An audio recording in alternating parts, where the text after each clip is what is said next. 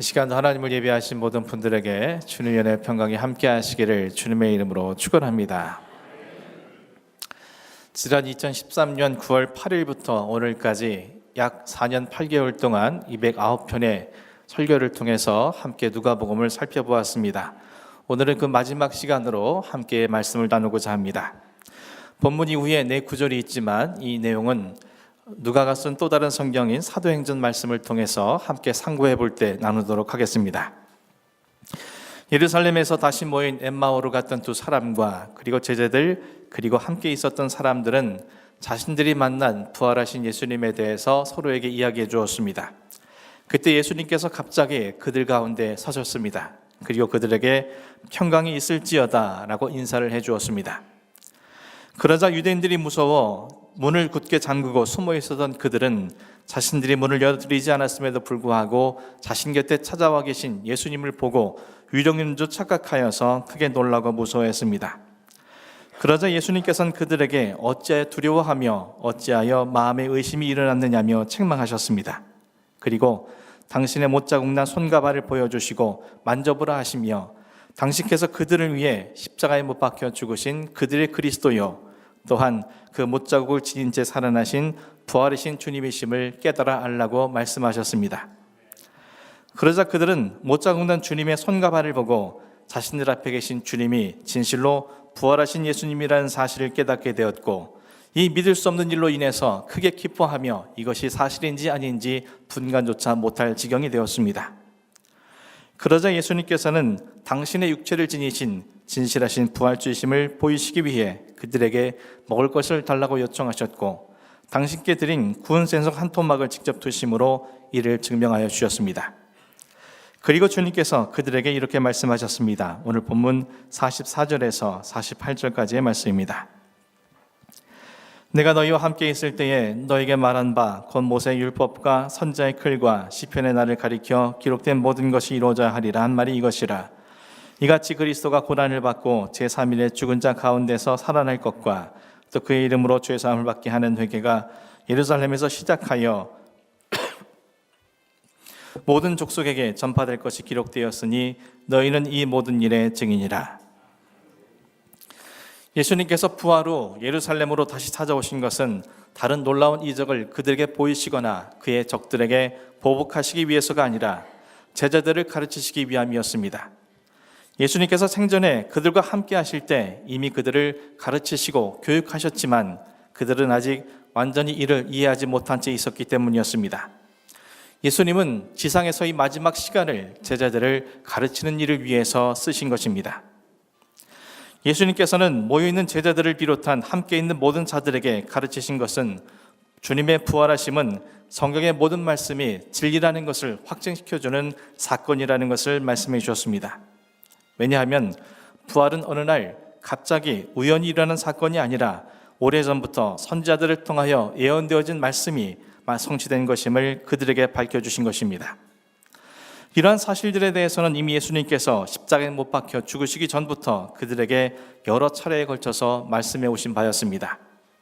그러므로 주님의 부활은 주님에 대하여 예언하신 모든 말씀이 참되다는 것을 증거하는 것이며 뿐만 아니라 또한 아직 성취되지 아니한 예언의 말씀들도 앞으로 반드시 성취될 것이라는 보증을 나타내주는 사건이었던 것입니다.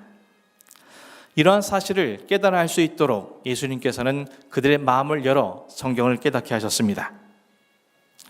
오늘 본문 속에서 본서를 기록한 누가가 굳이 예수님께서 그들의 마음을 여셨다라는 사실을 표현한 것은 그들의 지혜나 지식 또는 인간의 능력으로 말씀이 성취된 것을 아는 것이 아니라 오직 주님께서 그들의 마음을 여시고 말씀을 깨달음으로 말미암아 그들이 앞으로 주님의 제자로 사도로 그리스도인으로 그리고 증인으로 살아갈 수 있는 계기가 주님께 있었다는 사실을 그들에게 밝혀 주시기 위함이었습니다.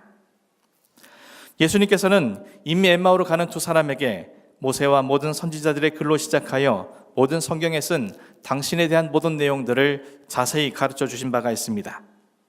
이번에도 동일하게 모세 율법과 선지자의 글과 시편에 주님에 대한 모든 기록의 말씀이 이루어졌다는 사실을 그들의 마음을 열어서 깨닫게 하셨습니다. 그리고 구약 성경에서 기록하여 주신 당신에 대한 내용이 어떤 것인지 그 핵심적인 내용을 다음과 같이 밝히셨습니다. 먼저는 이미 일어난 사건에 대해서 말씀하셨는데, 예수님이 십자가 위에서 못 박혀 죽으시고 고난받으신 이후에 제3일에 부활하신 사건이 구약 말씀에 대한 성취되어진 핵심적 내용이며, 다음은 앞으로 성취되어져야 할 것으로서 주님의 이름으로 죄사함을 받게 하는 회개가 예루살렘에서 시작하여 모든 족속에게 전파되어야 할 것임을 주님께서는 그들에게 말씀해 주셨습니다. 즉 누가는 예수님의 마지막 가르침의 대미를 예수님의 이름으로 죄사함을 받게 하는 회개가 그것에 온 전 세계에 확산되는 것으로 귀결되고 있음을 증언하고 있는 것입니다. 그리고 주님께서는 그들이 이 모든 일의 증인이라고 말씀해 주셨습니다. 본문 속의 증인이라는 단어의 헬라어 단어는 마르키스라는 단어인데, 본래 법정에 나와 증거하는 사람들을 가리키는 말이었습니다. 하지만 이것이 나중에는 순교자를 의미하는 날로 바뀌게 되는데, 누가복음의 독자들이 이 복음서를 읽을 때에는 박해의 시절이었습니다. 수많은 성도들이 법정에 나와서 자신이 그리스도인이라는 사실을 증거하고 그로 인해서 죽음을 당해야만 했습니다. 어떤 사람은 희롱을 당했고, 어떤 사람은 채찍질을, 어떤 사람은 사자의 밥이 되어야 했습니다. 그 고통이란 사람의 언어로 형언할 수 없는 것이었을 것입니다. 그러나 성경의 증언이나 교회 역사 속에서 그들은 이러한 순교하는 일들에 대해서 구차히 피하려 하지 않고 그들이 끝끝내 증인된 삶을, 순교자의 삶을 선택했음을 전해주고 있습니다. 이로 인해 수많은 사람들이 순교했지만 결국 그들의 증인된 삶과 죽음이 이 땅의 수많은 생명을 열매맺게 했다라는 사실을 역사는 가르쳐주고 있습니다. 그래서 본래 법정에 증인을 의미하던 이 마르키스라는 단어는 나중에 법정 용어로서가 아닌 순교자로서의 의미를 더 갖게 되었음을 역사는 밝혀주고 있는 것입니다. 이들이 이처럼 순교하면서까지 순교의 삶을 살 수 있었던 이유가 어디에 있었겠습니까? 본문 49절이 이렇게 기록하고 있습니다. 볼지어다 내가 내 아버지께서 약속하신 것을 너에게 보내리니 너희는 위로부터 능력으로 입혀질 때까지 이 성에 머물라 하시니라. 예수님께서는 그들에게 내 아버지께서 약속하신 것을 내가 너희에게 보낼 것이며 너희는 위로부터 능력을 입게 될 것이고 그로 인해서 그들은 증인된 삶을 살 수 있을 것이라고 말씀해 주셨습니다. 본문 속 아버지의 약속이란 예수님께서 십자가에 달리시기 전에 그들에게 해주신 약속을 떠올립니다. 요한복음 14장 16절에서 17절까지의 말씀입니다. 내가 아버지께 구하겠으니 그가 또 다른 보혜사를 너희에게 주사 영원토록 너희와 함께 있게 하리니 그는 진리의 영이라 세상은 능히 그를 받지 못하나니 이는 그를 보지도 못하고 알지도 못함이라. 그러나 너희는 그를 아나니 그는 너희와 함께 거하시며 또 너희 속에 계시겠음이라. 예수님께서는 성령이 그들에게 부어진다는 것은 곧 위로부터 능력을 입혀지는 것이라고 정의하고 계십니다. 그리고 이 능력을 덧입을 때 그들은 순교를 불사하는 증인된 삶을 살게 되는 것입니다. 주님께서는 제자들에게 이처럼 성령, 즉 위로부터 내리는 능력을 입을 때까지 이 성, 즉 예루살렘에 머물라고 그들에게 명령하고 계십니다. 사랑하는 성도 여러분, 오늘 우리가 본문을 통해서 유의하고자 하는 것은 예수님께서 성령, 즉 위로부터 임하는 능력을 입을 때까지 기다리라고 하신 것이 왜 예루살렘 성이었느냐는 것입니다. 왜 예수님께서는 하필 예루살렘 성에서 머물면서 성령을 기다리라고 그들에게 말씀하신 것입니까? 예루살렘 성은 예수님께서 유대교 종교 지도자들로부터 미움을 받아서 십자가에 못 박힌 곳이며 여전히 살기가 등등하여 주님의 추종자들을 색출하기 위해 혈안이 되어 있는 곳입니다. 따라서 이것은 제자들과 그 추종자들에게 그 어느 곳보다도 위험한 곳이었습니다. 그래서 제자들이 유대인들이 무서워서 문을 굳게 잠그고 숨어 있었던 것 아니겠습니까? 그렇다면 보다 안전한 곳에서 성령을 기다리게 하시고 그곳에서 충만한 성령을 경험토록 하시는 것이 마땅하다 생각되지 않습니까? 제자들과 예루살렘은 불가분의 관계를 맺은 장소입니다. 그들이 비록 갈릴리에서 태어나 자라나고 그곳에 살아왔지만 예수님을 따라다니며 예루살렘과 밀접한 관계를 맺게 되었습니다.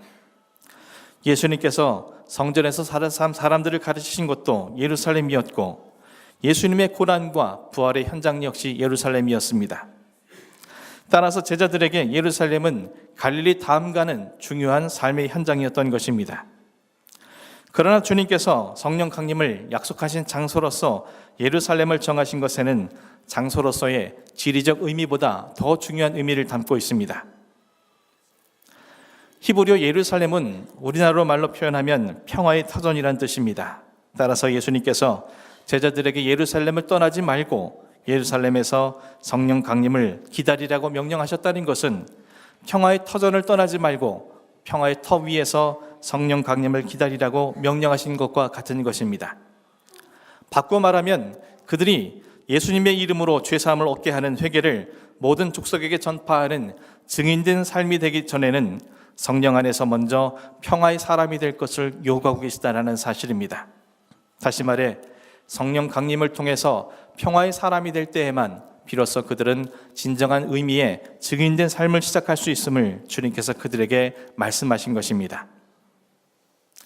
만약 그들이 자신들이 두 발 딛고 서 있는 현장에서 평화의 사람으로 살아가지 못한다면 그들이 아무리 모든 족속을 향해 땅끝까지 나아간다 할지라도 자신들이 증언한 말씀을 듣는 사람들과 더불어서 화평의 삶을 이룰 수는 없기 때문일 것입니다. 오히려 그들과 다툼과 갈등만이 나타날 것이기에 주님께서는 이처럼 말씀하신 겁니다. 그래서 예수님께서는 그들에게 평화의 터전인 예루살렘에서 성령, 즉 위로부터 임하는 능력을 덧입어 평화의 사람이 된 이후에 예루살렘에서 시작하여 모든 족속에게 죄사함을 받게 하는 회개에 이르도록 증언케 하신 것임을 말씀을 통해서 확인할 수 있습니다. 그렇다면 평화의 사람이 된다는 것은 무엇을 의미합니까? 그것은 거창한 일이 아닙니다. 그것은 성령님 안에서 자신의 마음을 굳게 지키는 것을 의미합니다. 이사야서 26장 3절 말씀이 이렇게 기록하고 있습니다. 표준 세번역 성경으로 읽어드리겠습니다. 주님께 의지하는 사람들은 늘 한결같은 마음을 가진 사람들이니 그들에게 평화의 평화를 더하여 주시길 바랍니다. 평화는 하나님을 의지하는 사람들의 한결같은 흔들림 없는 마음으로도 비롯된다는 사실을 성경은 증언해주고 있습니다. 사람들은 흔히 평화라고 하면 바람 한 점 없는 아름다운 자연 속에서 아무 문제 없이 여유를 즐기는 사람들의 풍광을 연상시킵니다. 그러나 그것은 진정한 의미에서의 평화일 수가 없습니다. 왜냐하면 비바람이 몰려오는 즉시 그 모든 평화라고 생각되는 것들은 깨어지기 때문입니다. 참된 평화의 터전은 어떤 폭풍우 속에서도 전혀 흔들리지 않는 인간의 마음에서 비롯된 것임을 우리는 깨달을 수 있습니다. 마음이 흔들리는 만큼 평화는 깨어지기 마련이며 마음이 흔들리지 않는다면 어떤 상황 속에서도 평화를 지켜나갈 수 있기 때문입니다. 이것이 예수님께서 제자들에게 예루살렘을 떠나지 말고 예루살렘에서 성령 강림을 기다리라고 명령하신 까닭이었습니다. 오직 성령 안에 거하는 자의 마음만 평화의 터전을 읽을 수 있는 능력의 사람이 될 수 있기 때문이었습니다. 천지를 창조하신 하나님의 영이 함께 하신다면 성령께서 붙잡고 계시는 그 마음을 이 세상 그 무엇도 빼앗거나 뒤흔들 수 없기 때문이었습니다. 실제로 이후에 제자들은 평화의 사도로서 어디에서든 어떤 환경에서든 주님의 증인된 삶을 살 수 있었던 것은 성령님 안에 거하는 그들의 마음이 어떤 인생 폭풍 속에서도 전혀 흔들림 없는 평화의 터전을 이미 일구고 있었기 때문이었습니다. 그래서 그들은 어떤 핍박과 박해를 받더라도 흔들림 없이 주님의 증인으로서의 사명을 온전히 감당할 수 있었으며 그러한 사람들을 통해서 주님의 평화를 이 땅에 이루는 생명의 터전을 일구고 가는 주님의 도구로 쓰임받았다는 사실을 성경은 증언해주고 있습니다. 사랑하는 성도 여러분, 다음 주일은 성령 강림 주일입니다. 2000년 전 이 땅에 강림하신 성령님께서 저와 여러분에게도 더 온전히 임하여 주시기를 간절히 소원합니다. 그렇다면 성령님께서 임하시는 사람이 되기 위해 우리는 무엇을 해야 하겠습니까? 아직 성령님의 온전한 인재하심을 경험하지 못하신 분이 있다면 우리 예루살렘에 머물러 성령님을 기다릴 수 있어야 합니다.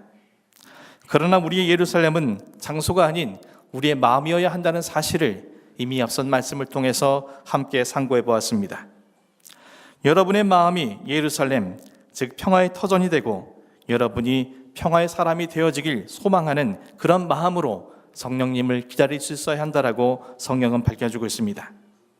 하지만 단지 성령님께서 임하실 때까지 무작정 기다리는 것은 아닐 것입니다. 오늘 우리의 마음의 평화를 빼앗아가는 것이 무엇인지 확인하면서, 그리고 그 무엇이 더 이상 내 마음의 평화를 빼앗아가지 못하도록 우리의 마음을 굳게 지키는 것이 필요하다는 것을 말씀을 통해서 깨달을 수 있습니다. 여러분의 마음의 평화가 깨어지는 이유가 무엇입니까? 사람이나 물질이나 관계 때문이겠습니까? 아닐 것입니다. 우리의 마음이 굳게 지켜지지 못했기 때문에 그 어떠한 것이 우리의 마음의 평화를 깨트리는 것이고, 그로 인해서 우리로 하여금 참된 평화의 사람으로 살아가지 못하도록 방해하는 것일 것입니다. 주님은 우리에게 우리의 마음을 열어 성경을 깨닫게 하시고, 그로 인해서 우리가 하나님의 말씀 가운데 창조주 하나님을 온전히 의지하고 그 안에서 우리는 흔들리지 않는 한결같은 마음을 가질 수 있도록 하나님께서 역사해 주실 것을 사모하는 마음, 이를 위해서 기도하며 최선의 노력을 다하는 마음, 그것이 바로 우리에게 필요한 것이라는 것을 말씀을 통해서 깨닫게 됩니다. 여러분 가운데 성령님의 인자하심을 경험하신 분이 있습니까? 그렇다면 여러분의 모든 삶의 자리에서 모든 사람들에게 평화의 터전이 되어주고 평화의 사람으로서 역할을 온전히 감당하기 위해 다시금 하늘로부터 임하는 성령의 능력을 구할 수 있는 믿음이 있어야 할 것입니다. 그리고 우리가 속한 예루살렘을 시작으로 우리가 가는 곳곳마다 주님의 평화를 선포하고 평화의 터전을 일구어가는 일꾼으로서 우리가 온전히 서갈 수 있는 결단과 다짐이 필요할 것입니다. 사랑하는 성도 여러분, 오늘은 어버이 주일입니다. 어버이 주일이 주는 중요한 의미 중 하나는 우리의 부모님께 효를 다하지 못한 내 자신을 돌아보기 위함이요, 또한 어버이로서 우리 자식들 앞에 내 자신을 돌아보는 계기로 삼는 것일 것입니다. 더불어 가정의 달을 맞아 우리 형제자매와 우리 친척들에게 보여진 그리스도인으로서의 내 모습을 점검하면서 다시금 가족의 일원으로 그리스도인으로서 어떠한 영향을 미치고 살아갈 것인지를 다시금 돌아보며 내 자신을 바르게 세워가는 계기로 삼는 것일 것입니다.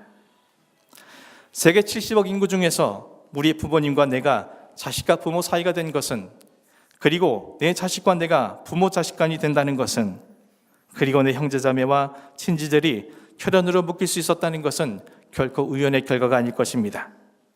분명 그 안에는 하나님의 거룩하신 섭리와 뜻과 역사가 들어있을 것입니다. 하지만 얼마나 많은 사람들이 자식과 부모 사이, 부모와 자식 간에, 그리고 혈연으로 묶여진 그들과의 관계가 남보다 못한 관계가 되어진 것이 얼마나 많은지 알 수가 없습니다. 여러분의 경우는 어떠합니까? 여러분의 부모님과 진정한 샬롬, 주님의 평화로 관계 맺어져 있습니까? 여러분의 자식과 진정한 샬롬, 주님의 평화가 이루어져 있습니까? 여러분의 형제자매, 친지들에게 평화의 터전, 평화의 사람으로서의 역할을 온전히 감당하고 있습니까? 물질이나 생각 차이와 같은 작고 사소한 비본질적인 문제로 인하여 하나님의 특별한 섭리와 계획으로 맺어주신 가족들과의 평화가 깨어져 있는 것은 아닙니까? 사랑하는 성도 여러분, 제자들에게 예루살렘을 시작하여 모든 족속에게 증인이 되라 하신 주님의 명령과 같이 여러분이 속한 예루살렘, 여러분의 가정에서부터 평화가 이루어지고 평화의 터전이 되어주며 평화의 사람으로 세워질 때 그것으로 시작하여 땅끝까지 증인의 삶을 시작할 수 있게 된다는 사실을 우리 모두가 반드시 기억할 수 있기를 간절히 소원합니다. 예루살렘에서 실패하면 결국 그 사람의 증인된 삶을 실패한다는 사실을 기억하면서, 특별히 성령 강림 주의를 앞둔 우리의 모든 심령 속에 그와 같은 주님의 역사와 성령님의 함께하심과 우리의 믿음이 온전히 세워짐으로 주님이 원하시는 평화의 터전을 우리의 가정에서부터 땅끝까지 평화의 사람으로서 사도적 역할을 감당하는 귀한 믿음의 사람으로 세워지는 놀라운 역사가 오늘 여러분의 심령과 삶 속에, 그리고 이 땅 위에 함께할 수 있기를 주님의 이름으로 간절히 축원합니다. 기도하겠습니다.